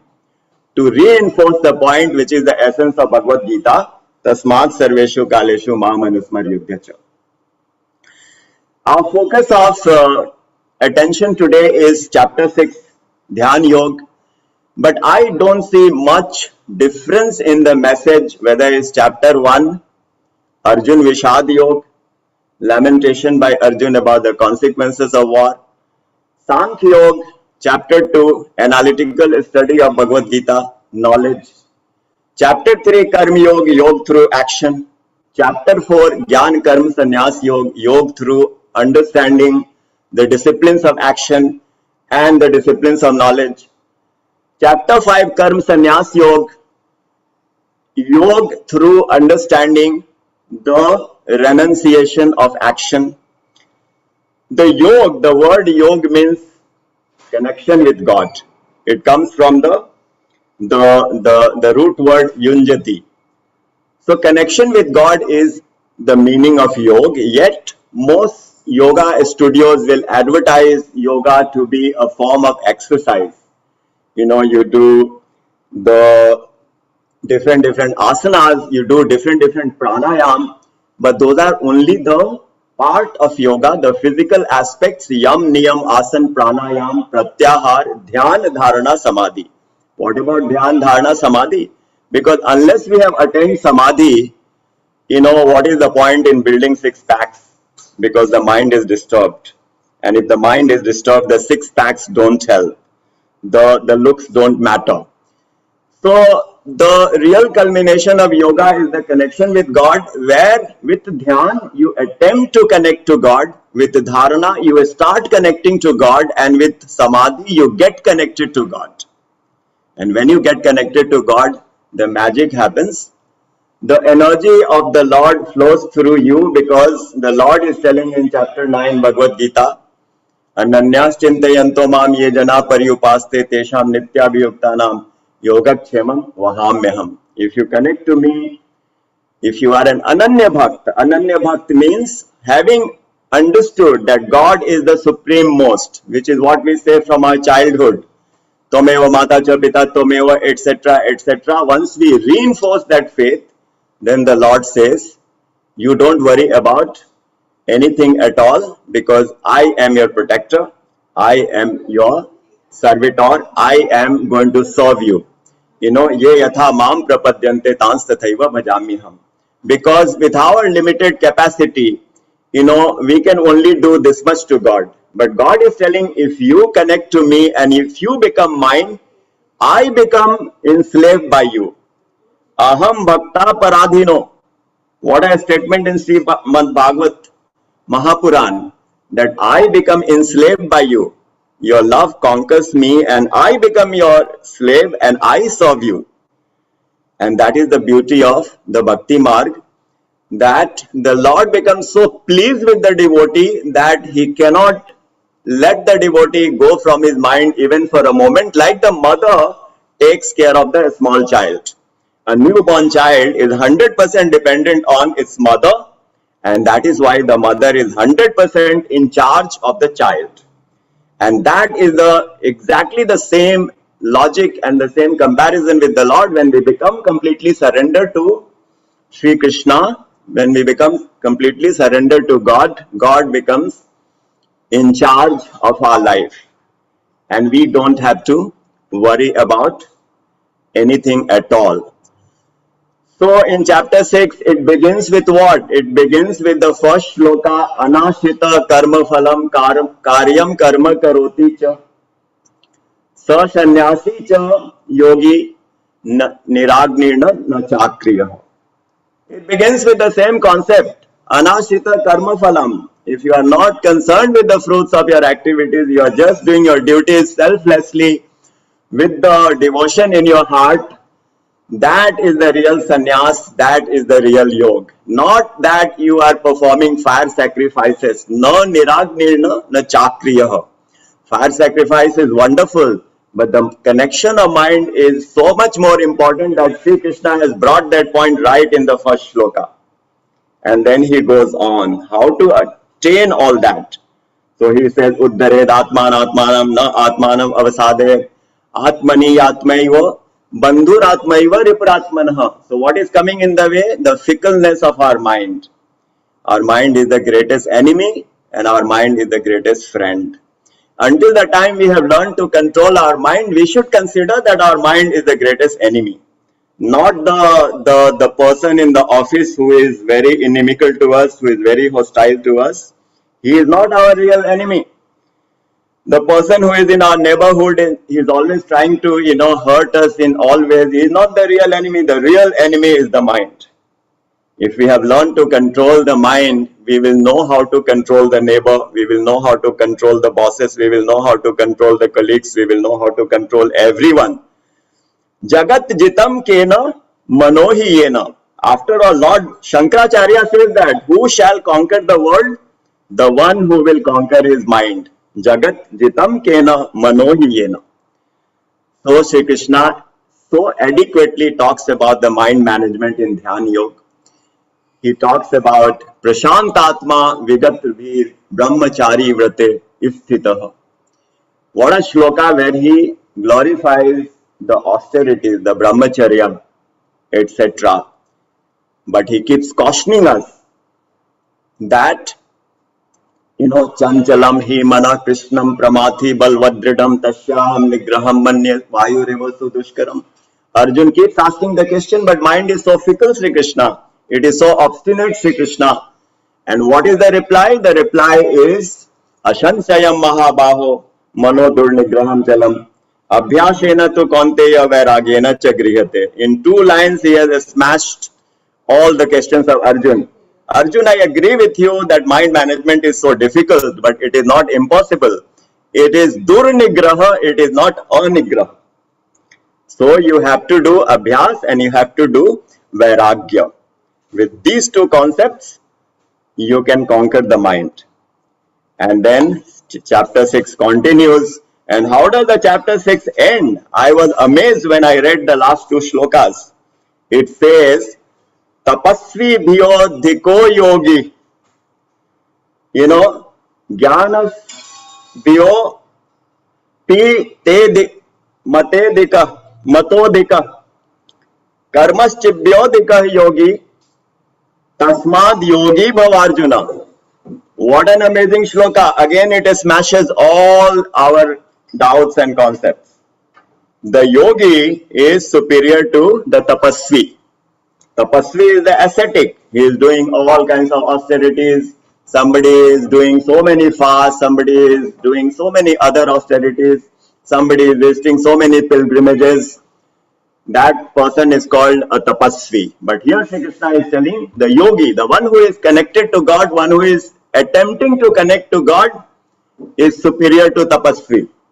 And then he says the yogi is superior to the jnani. And then he says the yogi is superior to the karmi. And to reinforce the point, the last verse he says, yogi namapi sarvesham mad gatenantaratmana. Among all the yogis, among all the personalities, the yogi is the supreme who is connected to me, and that is the Bhakti Yogi he is talking about. Connection to Sri Krishna is the Bhakti Marg, and there are so many other references where the Bhakti Marg is glorified. For example, Chipram bhavati dharmatma shashvat chantim nigacchati kaunteya pratijanihi name bhakta pranashyati. After all, Sri Krishna is saying, Name bhakta pranashyati. My devotee never perishes. Arjun, go and declare that my devotee never perishes. Why doesn't he say the jnani doesn't perish or the karmi doesn't perish? He singles out bhakti. So is there any doubt about the glories of bhakti? And it is such a pleasure to start the session with the invocation by the gopis, Jayati te dikam janmana vraja. Where the gopis are singing the Gopi Geet, that, O Sri Krishna, when you have taken the avatar in the land of Braj, the land of Braj has become so glorious that Lakshmi Ji, who is the resident of Bakund, has taken shelter in Braj. And then the gopis are saying, O Sri Krishna, you are not only the son of Nanda Baba and Jashoda Mata, you are resident in the heart of every living being. Look at the knowledge of the gopis. The gopis were of different classes, Samartha Rati, Samanjasa Rati and Sadharani Rati. Different classes. But the highest is the Samartha Rati gopis who were completely immersed in the love of Sri Krishna. They never cared about their own welfare. They were 100% devoted to Sri Krishna, and that is why Narad Ji in the Narad Bhakti Sutra says, Yatha Braj Gopika Nam. He has put the gopis in the highest class. Why? Because there is no expectation in the heart of the gopis. Our material attachments and affection and love get tainted because it is always tinged by our own selfishness. But in the case of gopis, when Naradji approached for the food dust, they said, take as many kgs you want, as many quintals you want. Krishna should become all right. You know, the episode where Krishna pretended that he's having a great, headache, and I want the dust from the feet of the devotees. And finally, the gopis were the ones who never cared about the ritualistic performance, Karm Kand, and they said, take as much. If we have to go to the hell, we are willing to go to the hell, but Sri Krishna should be all right. That is the love of gopis with which we started the session. Now just a couple of minutes. So I will say that the Dhyan Yoga is all about bhakti in a mysterious way, because Sri Krishna is telling, so Yomam pashyati sarvatra sarvam cha mai pashyati tasyaham na pranashyami sacha me na pranashyati. If someone is seeing Sri Krishna in every entity, if someone is seeing Sri Krishna in every person, I am never lost to him, Sri Krishna is saying, and he is never lost to me. What is it? It is the connection with Sri Krishna. It is the Bhakti Marg. So one little knowledge that we do our bhakti to the Lord and we get every other benefits. It is concomitant, and that is the message in all the chapters. We spoke about chapter 5, Karma Sannyas Yoga, where Sri Krishna is saying, Vidya Vinay Sampane Brahmane Gavi Hastini Shuni Chaiva Supakeja Pandita Samadarshina. Chapter 6 we are already studying. Chapter 7, the Shloka 7 says the same. Matta Partaram Nanyat Kinchidasti Dhananjaya Mai Sarvam Idam Protam Sutre Mani Ganaiva. I am there in every entity in the universe, like the beads are there in the thread in the garland. Chapter 8 we talked about, Tasmat Sarveshu Kalesu. Chapter 9 we talked about. Chapter 10, what to say about chapter 10, Vibhuti Yoga. Aham Sarvasya Prabhava Matta Sarvam Pravartate Iti Matva Bhajante Mam Buddha Bhava Samanvitaha. What to talk about chapter 11, the Vishwarup Darshan Yoga. Naham Vedair na tapsa na danena na chejya. What to talk about chapter 12, Bhakti Yoga. Anapeksha Suchir Daksha Udasino Gatabhyata Sarvaramba Parityagi Yomat Bhakta Samepriya. What to talk about chapter 14, where Sri Krishna talks about the three gunas, that Urdhvam Gachanti Satvastha Madhya Rajasa Madhya Tishtati Rajasa. What to talk of chapter 15, one of my most favorite shloka. Urdhvam Ulam Ada Shakam Ashwatam Prahu Rabhyayam Chandansi Yashya Parnani Yastam Veda Savedavit Adashchordavam Prasre Tashitasya Shakha Guna Pravidda Vishaya Pravala Adascha Mula Nayanu Santatani Karmanu Bandini Manushya Loke. So on. In the shortage of time, I forgot chapter 13, Chhatra Chhatragya Yoga. What a chapter, the knower of the field and the field. That Amanitvam Adambitvam Ahimsa Chantir Arjavam Acharyam Pashanam Sacha Asthairyam Atma Vinigraha.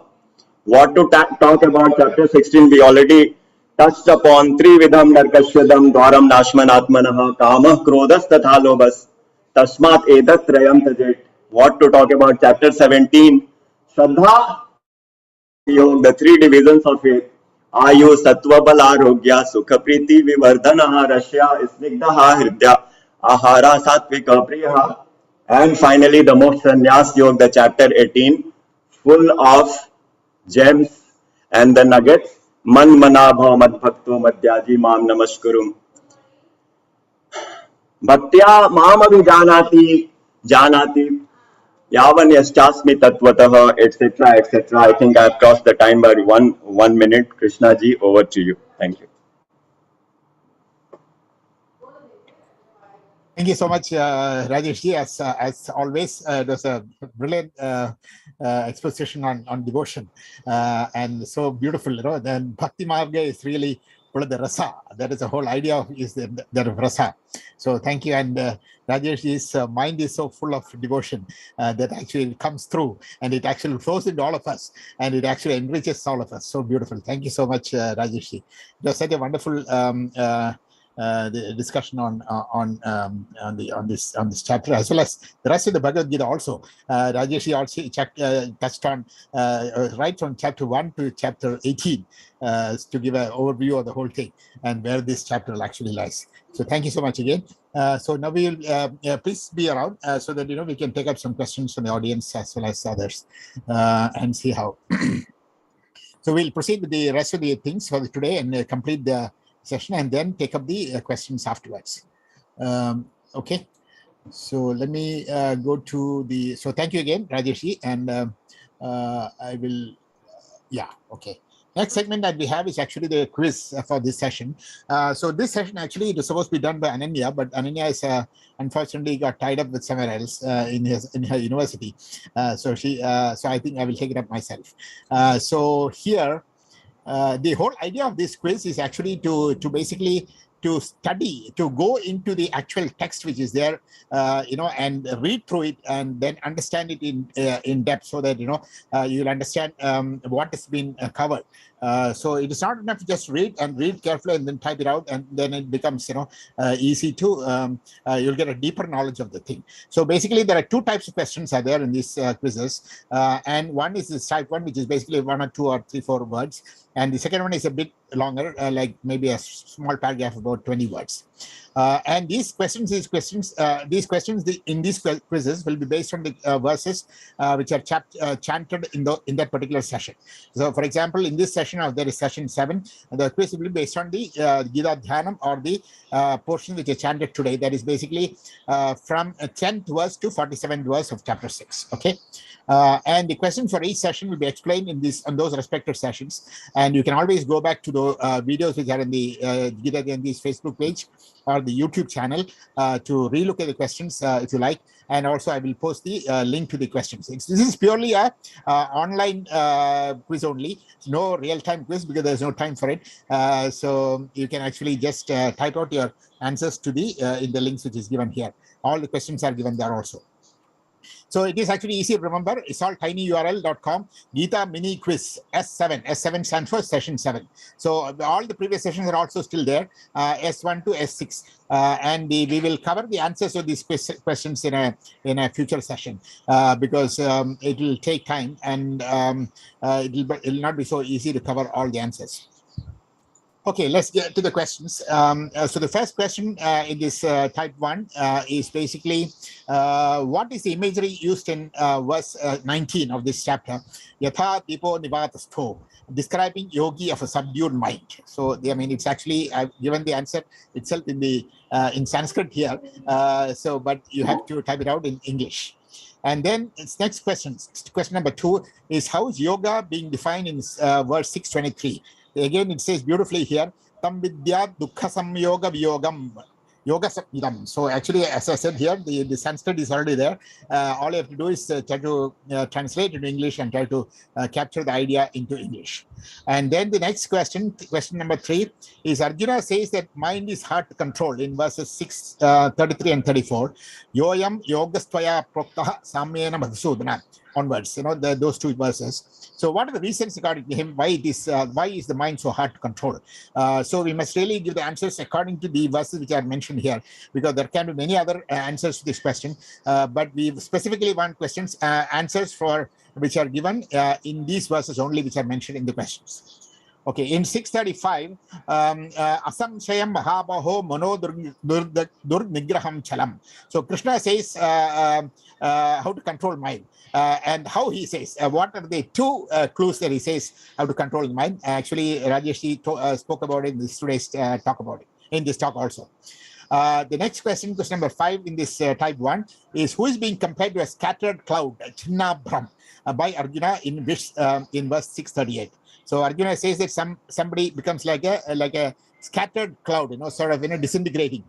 So whom is he talking about in this verse 638? There are lots of imageries also in Bhagavad-Gita, and we use these quizzes to bring out those imagery also, so that, the visualization also is very nice to understand the concepts.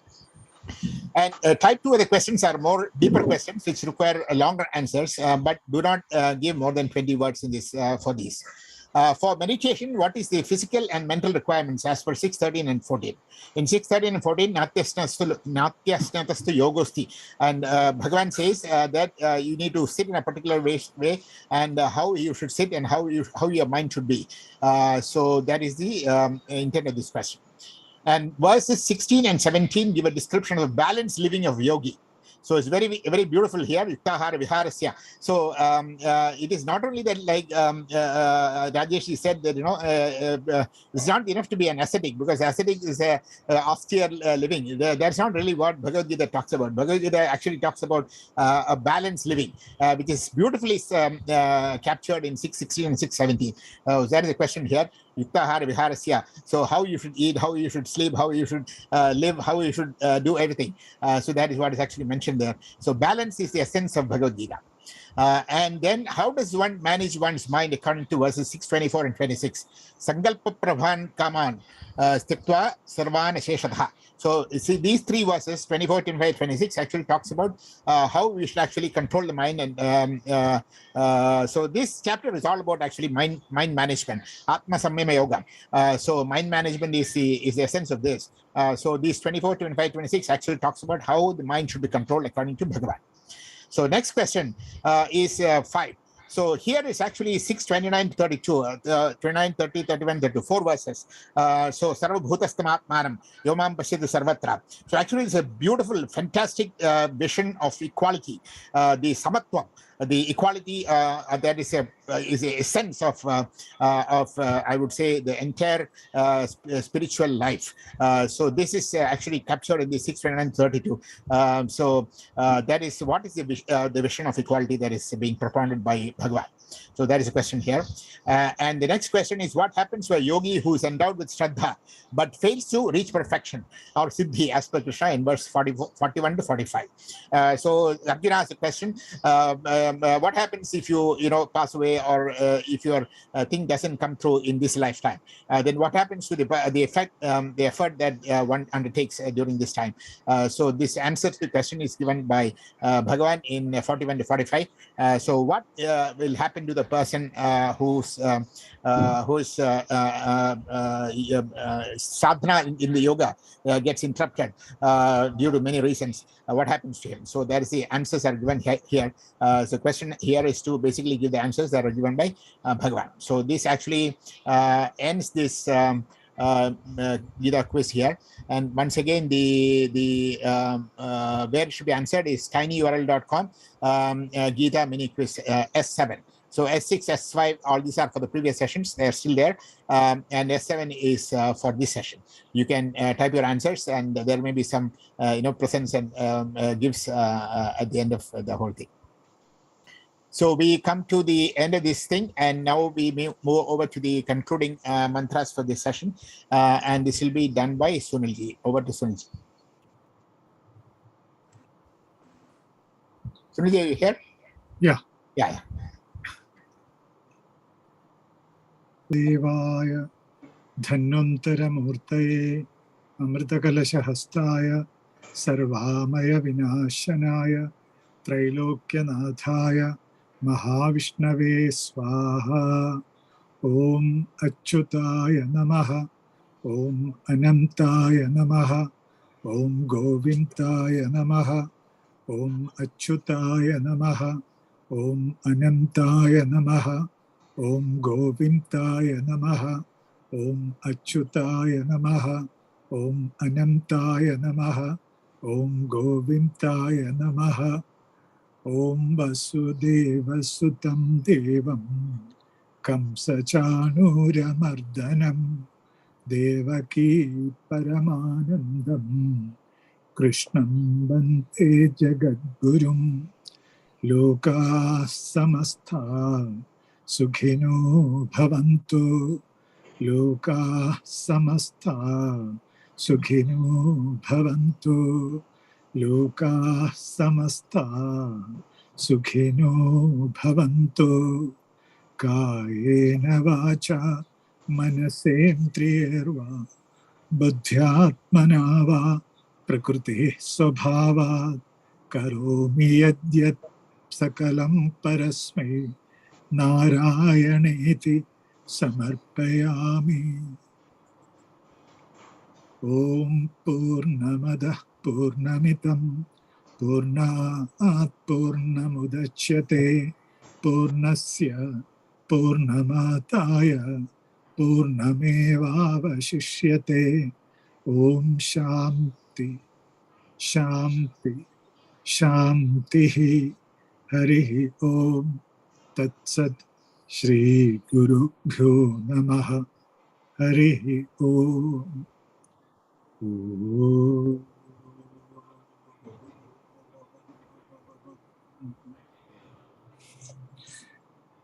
Om.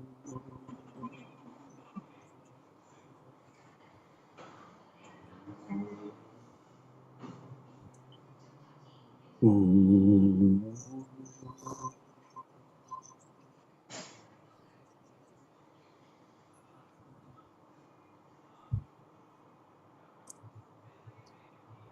Hari Om. Thank you, Sunilji, for those beautiful concluding mantras.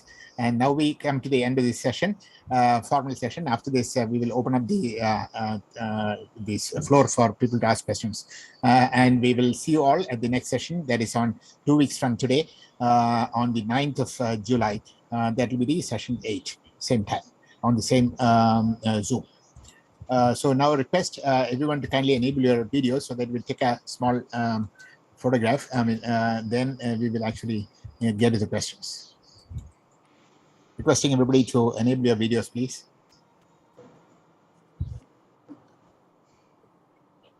Everybody enable your videos, please. I see Rajita and all not still.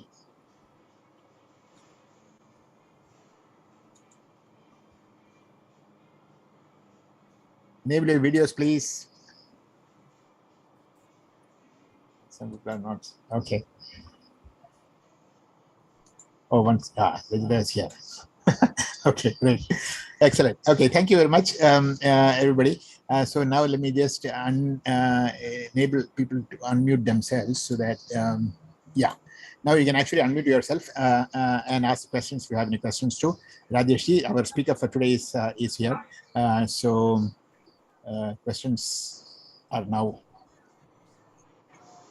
So Sunilji, you can ask a question to Rajiriji, maybe. That is what have we interesting. You're calling me. Yes. Wonderful torrential rain of devotion poured out by our great, yeah, speaker. I really showered in devotion. He has covered all the chapters.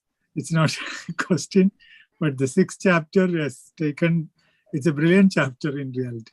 The first verse itself says that anashrita karma phalam.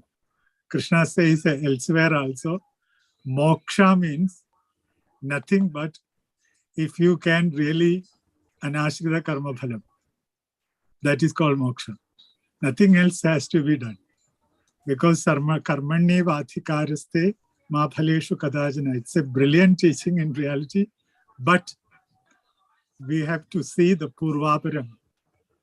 The connectivity comes when we really understand theme with Shadanga Veda Padhanam. If not, we may only get bit and piece. We can talk about philosophy. That's why we'll just go run on it in reality. Elsewhere in the 6th chapter, it's saying about real dhyana, manolaya. But Rajeshji has really touched on all devotional way. And I would like to say this, that ananyas chindayando mam yajanaha paryupasade tesham nityabhiyuktanam. This verse has touched by Rajeshji and the verses which connect to this point. There are 3 things there. One is ananya chinda, The other one is Nityabhyuktada and Paryupasana. Three brilliant notes there. One is Ananya Chinta, which is nothing but when we realize that everything is Krishna. That is Ananya Chinta, without which we will never get into that. And the other one is Abhyuktada. In this 12th chapter, Evam Sadada Yuktaye, that also enlightened the same point, which is in the 12th chapter after experiencing that God, Virat Rupa, Arjuna is asking that Yuktada, yoking always with that Krishna, which is Abhyuktada. Then comes Paryupasana. That is also from 12th chapter, one who has realized, as gopis for them, actually, what you call the creepers, the more, what you call the plants and trees and animals and birds and the rivers, all were nothing but Krishna and Krishna alone. So that Paryupasana, left, right, up and down and all direction, is none but Lord Krishna, which is Paryupasana. So all these brilliant verses actually taking us and dipping us into that Bhakti Mukter Giriyasi. That Bhakti is actually beyond Mukti, true Bhakti. That Krishna says elsewhere, for people seek me. Artha, Jitnyasur Artharthi, Jnanija Bharadarshabha. We all seek Lord because of afflictions and sorrows. Start with. Then Artharthi, because we need all that to fulfill. Artharthi, Jitnyasu, one wants to know, somewhere else to start. Jitnyasu, to know the Lord. But then the fourth one, he says, Jnanija Bharadarshabha. Jnani tu Atmaiva Memata. Because I am the Jnani and Jnani is me. That is why Nitya Yuktada comes when you realize that everything is Krishna. This is the brilliant teaching of Vedanta also, endowed with Bhakti. In reality, I feel without Krishna, there is no experience possible. So Krishna is everything in reality. Without that Krishna who is caged in the heart lotus, Krit Pundarikasta, we cannot experience anything in reality, without which no presence is possible. So that is enlightening in this sixth chapter, which is the Totpadam. Totpadam is actually Tat Tom Asi. Its sixth chapter covers that, 6 chapters Tom Padam. And then the next 6th chapter will connect us to Tad. And then Asi Padam will be from 13 to 18. So which has actually covered by Rajeshji. And we have dipped into that devotion, which is Kripalu Maharaj. And I know that tradition is very enriching. I have heard that quoting from many from Adi Shankara's brilliant this thing. Adi Shankara's wisdom, because they are none but Shankara, Shamkaroti iti Shankara, one who gives us that bliss, which is Lord Krishna.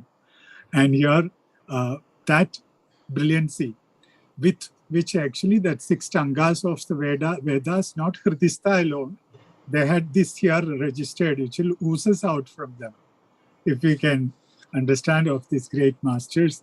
So I enjoyed. I have no question to ask because I'm still in the other end, but I would like to actually say that it was great and great. Hari Om. Thank you so much, Sunilji. You have been an inspiration for all of us. Shri Krishna has been an inspiration for me for last 20-25 years. I have known him, Chitra ji, and so many of you. They have touched the hearts of so many in Singapore and elsewhere. So I'm eternally indebted to all of you. Anisha ji, any questions, or Rajita ji, or anybody else? Want to ask any questions? Okay, let me ask you a question, Rajiriji. Everybody, we've heard a lot of people talking about the so-called Ishwara Prasad Buddhi, People say that many speakers also I've heard actually say that we should take all the results that we get as Ishwara Prasad Buddhi, in the Ishwara Prasad, as God has given. So what is your take on this? Ishwar Prasad Buddhi. Yeah. Means, can you just explain the term once again? That means you are not heard. So you are not. You heard, but explain once more. So Okay. to get it. No, basically, what it means is that people say that whatever actions that you do, the results are actually given by God. I mean, that is so you take it as a blessing of the God. So that is what many people say. Correct. But my question here is, does it have any basis in Bhagavad-Gita? It has all the basis in Bhagavad-Gita, because the Lord is saying that as long as you are not connected to me, I am the justice, the provider. He is the judge. Like there are two types of people, one who are connected to Shri Krishna and one who are not. So the ones who are not, who don't consider Shri Krishna to be God or the supreme figure, Shri Krishna is the Nyayakarta. He dispenses justice. Seated in our heart, he is noting down every thought of ours which constitutes the karma, and he is dispensing justice. So that justice system is perfect, right? Nobody can escape whatever karma we have performed. That you will also agree with me. Whatever karmas we are performing, Shri Krishna will dispense justice to that. It may not appear very logical to us, because sometimes the results are based on the karmas of the past or previous lives also. So the justice system is not clear to us, but there is no doubt about the Bhagavad Gita reader that Shri Krishna is the ultimate justice dispenser. So he is the Nyayakarta till the time we are devoted to him. But when we get devoted to him, he becomes Kripa Karta. He does grace. He does magical things for us. To the extent he is telling, Aham Bhakta Paradhina, I'll get enslaved by you. I'll become your slave. So without going into the complex meaning of the word, what I am trying to say, there are only these two alternatives. When we are connected to Shri Krishna, we are like a small child, and our mother is there for 100% care of us. Yeah, but my question is a bit tricky, because why I ask this question is because I disagree with the question.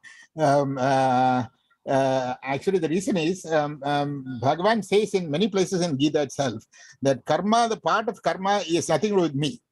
He says that karma is Prakriti's job.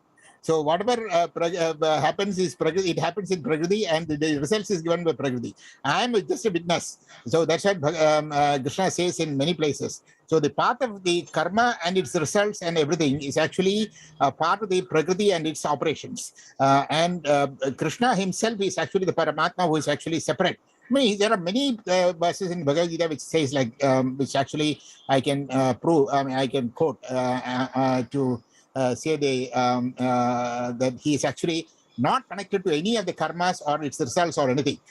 He is simply something above from this. Now the question arises: what is Ishwara? What is Ishwara? So that is really the crux of the question. So Ishwara is clearly not the Paramatma, who is actually separate, or rather the Purusha and Prakriti, the two independent ones. So Ishwara is something that is separate. So what is your take on Ishwara? So my take on it, I consider the Bhagavad Mahapuran teaching, where it says Brahmeti Paramatmeti Bhagwan iti Shabdate. So the Lord has very clearly defined that I manifest myself in three forms. In the form of Brahma, I am there in every atom of the universe. I pervade every atom of the universe in the form of Brahma. Right? Brahmeti Paramatmeti Bhagwan iti Shabdate. In the form of Paramatma, I am seated in everyone's heart, and I am noting down every thought, and I decide what justice will be dispensed to that individual. And in the form of Bhagwan, I come here to delight my devotees, and they partake of my leelas. So whether you consider Ishwar to be Paramatma or Ishwar to be Brahma, these are like the complex subject matters. But this verse of mine, this verse of Srimad Bhagavatam is my guiding principle, like the form is the same, the entity is the same, the tattva is the same, the forms are different. Like water, you have the vapor and you have the ice. The person who is wanting to quench his thirst, you cannot serve him vapor or ice. But the tattva is the same. Similarly, the Brahma, the Paramatma, the Bhagavan, the tattva is the same. But for the bhakta, obviously the form of Bhagavan is the highest because he can interact.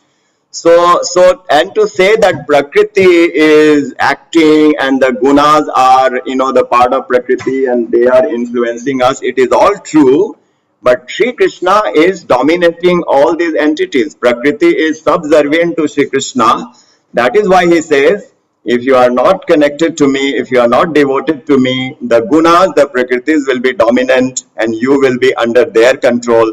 But when you come to me, everything else vanishes, everything else becomes, So not easy to answer your questions, Krishna ji, always within the limited time. But thank you so much for raising this point, and which will make me to study a little further to be able to answer your question more rationally. I have one more point to make. Actually, Bhagavan says in response to Arjuna's question, he says that abhyasa and vairagya. I feel that that's a beautiful thing that Krishna has brought in here, because conventionally we've been talking about bhakti, jnana, and vairagya as the three essential aspects for any sadhana. So, in addition to bhakti, jnana, and vairagya, is actually bringing abhyasa also. So, abhyasa is actually the nishtha, which is very beautiful, in my opinion. I feel that, without abhyasa, without practice, without nishtha, whatever you do has no value. Whatever you do. So this is my take. What is your... Yeah, that is the point in the Gyan Vigyan Yoga. So there is the theoretical knowledge and there is the experiential knowledge. Now there may be a person who knows the recipes of 100 dishes, but he has never been to the kitchen and prepared one dish. So Sri Krishna is telling that knowledge is meaningless. That knowledge has no meaning at all. So we can interpret abhyasena tu kaunteya vairagyena cha grihate in that way. It is not just learning the theoretical knowledge, it is to experience the knowledge and to make it practical. So you learn the recipe to make samosas, but you never made once. But when you made once, then you have perfected your knowledge. Then only you can eat. Then only you can eat. Then only you can eat and you can offer to all the devotees. Yeah. So that is the meaning of practice, that you have to convert the theoretical knowledge. Otherwise, when we are chanting Sarva Dharman Parityajya Mamekam Sharanam, what is the meaning of chanting? That is Sri Krishna telling Arjun, hey, come to my shelter. But instead of going to the shelter, we keep chanting the verse. Obviously, it is zero. Correct. No use. Beautiful. Yeah. Thank you. Anybody else? Sujit ji or Sujit, what do you say? Nothing, Kiji. Thanks. It was very excellent talk by Rajesh ji. Really enjoyed it and learned a couple of things new. Wow. Thank you. Okay, it's already 1 o'clock. So if there are no other questions for anybody, I would like to thank Rajesh ji. Can I thank? Oh, please, of course. Yeah, Rajesh ji, thank you so much for the beautiful talk. Thoroughly enjoyed, because for me it was always a conflict, because I'm not very conversant with the chanting. I mean, I am unable to follow chanting. I mean, I'm unable to chant properly. So that used to be a big worry for me. But I used to try some stanzas and I have done quite well. But I used to think, how come I am unable to do? Everybody is able to do so well. But today when you were saying that bhakti is more important than all the other yogas, I felt very happy, because bhakti is something that we already have, the devotion that we have to the God. And every time I do something, we pray to God and we start something. And then at the end of it, we pray and thank God for having gone through it so well. So in a way, I thank you so much for telling me as if the God was telling me, continue, like it's not that important. What you do is more important. Thank you so much. Absolutely, Chitraji. First of all, the two of you, the divine couple of Singapore, Krishna ji and Chitraji, I must convey my heartiest, gratitude to both of you for leading the lamp of knowledge to so many. But what you said is so apt, and I have heard stories which bring tears to the eyes. And just I'll take 30 seconds to narrate one story from the life of Chaitanya Mahaprabhu to hammer the point which you are saying. In his trips to South India, and many of us consider Chaitanya Mahaprabhu to be the avatar of Sri Krishna, right?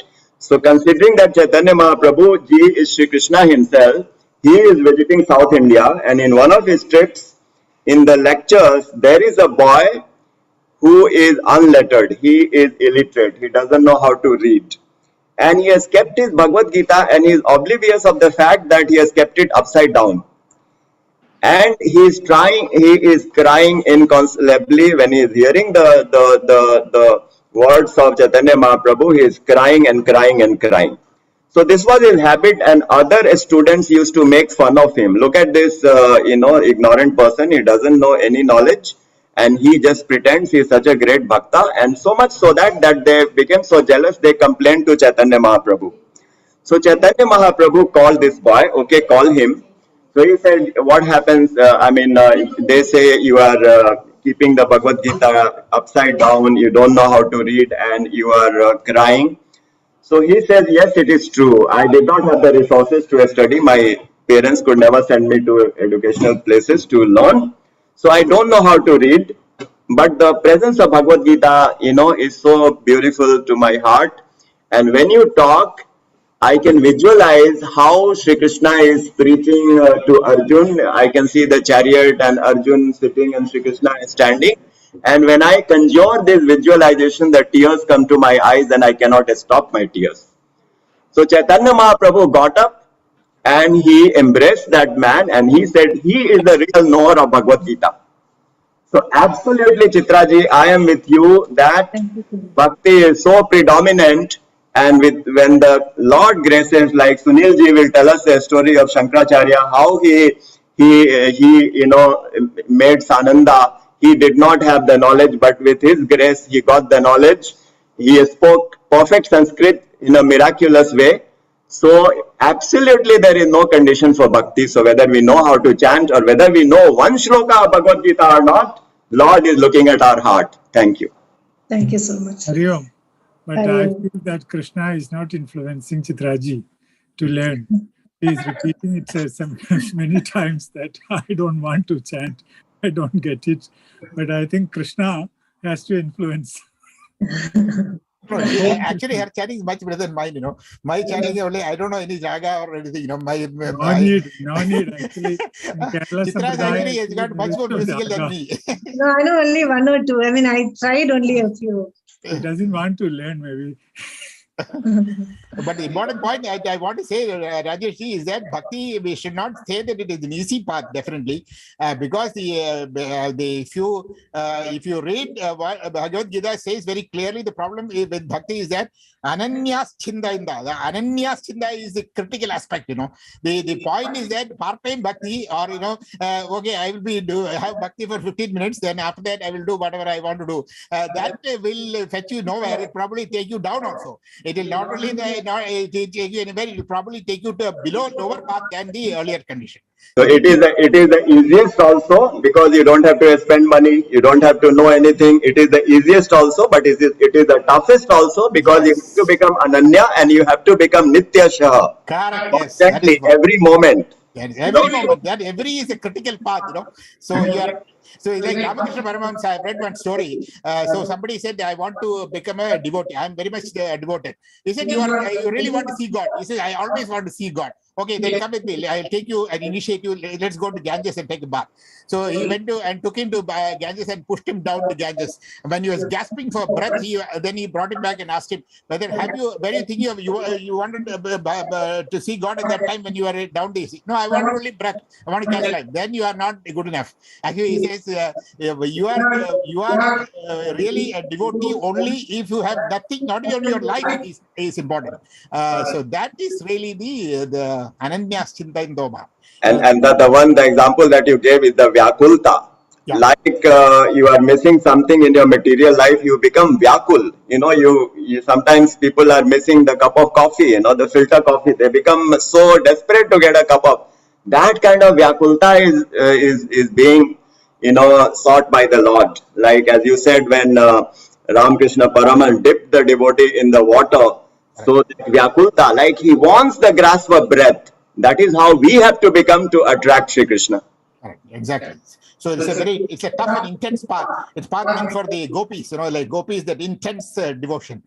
So that is when you lose everything else and you immerse yourself. Only Krishna exists. So that is really bhakti, Yeah, but the journey itself is so beautiful, Krishna ji, because he is allowing the sinners also to come onto this path. Api chatsu duracharo. So even a sinful person like me can attempt to go onto the path of bhakti. Shri Krishna doesn't care about how sinful you have been. Exactly. Yes, correct. Very correct. Okay, so I think any other comments? Anybody else? Anybody else want to say anything? Okay, otherwise, okay, so with all your permissions, let us end the session. Okay, Rajesh and Surinji, everybody else?